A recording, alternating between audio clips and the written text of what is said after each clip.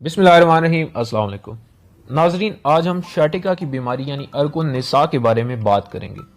शाटिका की बीमारी में मरीज को कमर के निचले हिस्से से लेकर टांगों तक के हिस्से में शदीद दर्द होता है। ये एक किस्म की असाबी बीमारी है जो कि शाटिक नर्व के मुख्तलिफ मसाइल की वजह से हो सकती है। इस बीमारी की अलामात और इसके इलाज को अच्छी तरह जानने से पहले शाटिक नर्व के बारे में जानना ज़रूरी है।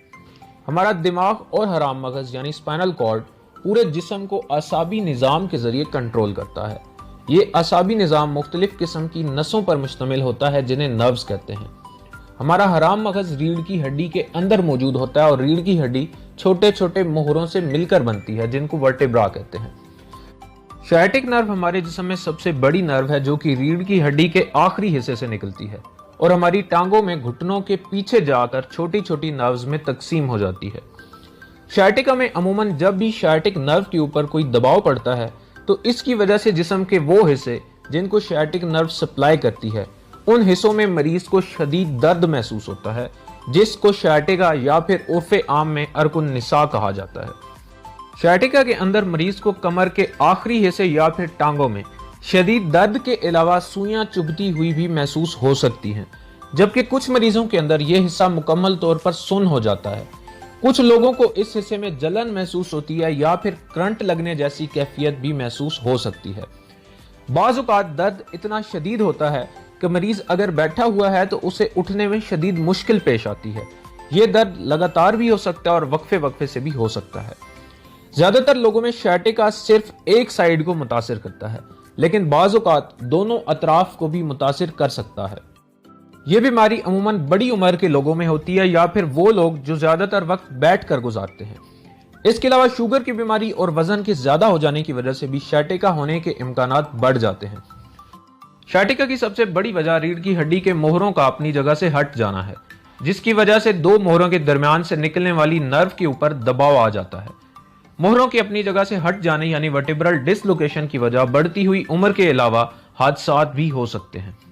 इसके अलावा अगर शाइटिक नर्व के इर्द गिर्द कोई सोजिश यानी इन्फ्लेमेशन हो जाए तो इसकी वजह से भी शाइटिक पेन हो सकता है, या फिर खुदा ना खास्ता अगर कोई ट्यूमर मौजूद है जिसने शाइटिक नर्व के ऊपर प्रेशर डाला हुआ है तो इसकी वजह से भी शाइटिक पेन हो सकता है। ज्यादातर लोगों में मसल स्पैज़म यानी कि पट्ठों के खिंच जाने की वजह से भी शाइटिक नर्व के ऊपर दबाव आ जाता है जिसकी वजह से शाइटिका हो सकता है। बढ़ती हुई उम्र की वजह से भी रीढ़ की हड्डी के मोहरों के ऊपर इजाफी हड्डी आना शुरू हो जाती है जिसको स्पाइनल स्पर कहते हैं। यह भी शाइटिका की एक वजह हो सकती है। इसके अलावा इस बीमारी की एक और वजह स्पाइनल स्टीनोसिस है, जिसमें दो वर्टेब्रा के दरमियानी जगह जहां से नर्व निकल रही होती है वो जगह तंग हो जाती है, जिसकी वजह से शाइटिक नर्व के ऊपर दबाव आ जाता है। अगर शाइटिका के इलाज की बात की जाए तो उसमें चंद चीजें ऐसी हैं कि जो कि आप घर पर कर सकते हैं।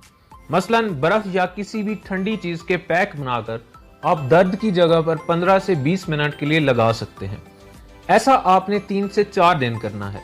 इसके बाद इसी तरह गर्म पैक बनाकर 3 से 4 दिन इनसे टकोर करनी है और इस तरह यह साइकिल आपने रिपीट करते रहना है।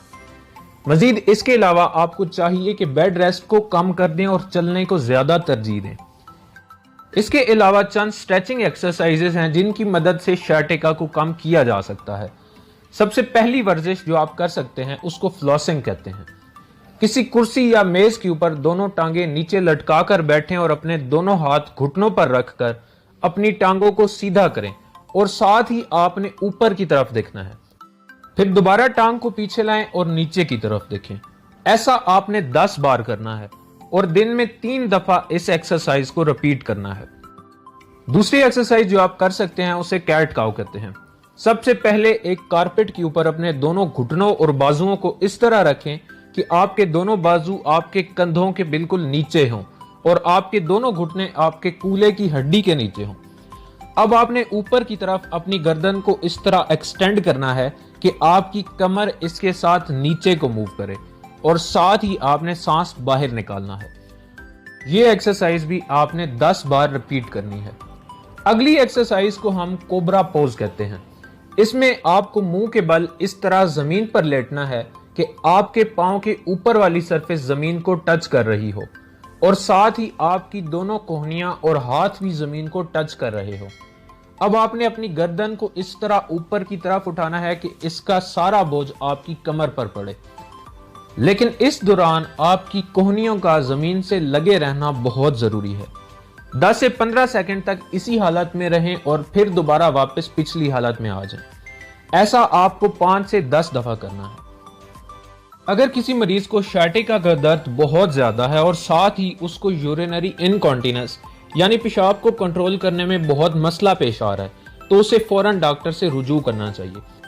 अब बीमारी की नौइयत के एतबार से डॉक्टर इसका इलाज करेगा।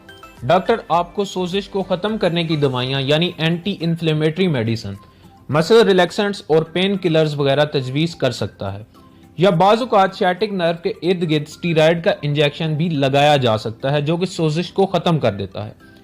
मजीद डॉक्टर आपको फिजियोथेरापिस्ट के पास रेफर कर सकता है जो कि मुख्तलिफ वर्जिशों के जरिए आपका इलाज करता है।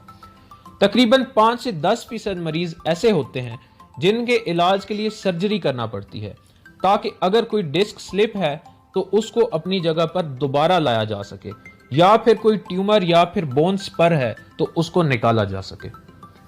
अगर आज की वीडियो पसंद आए तो वीडियो को लाइक करें, चैनल को सब्सक्राइब करें और साथ में मौजूद बेल आइकन को प्रेस करना ना भूलिएगा। मजीद इस तरह की मालूमाती वीडियोस के लिए देखते रहिए इल्मी वर्ल्ड।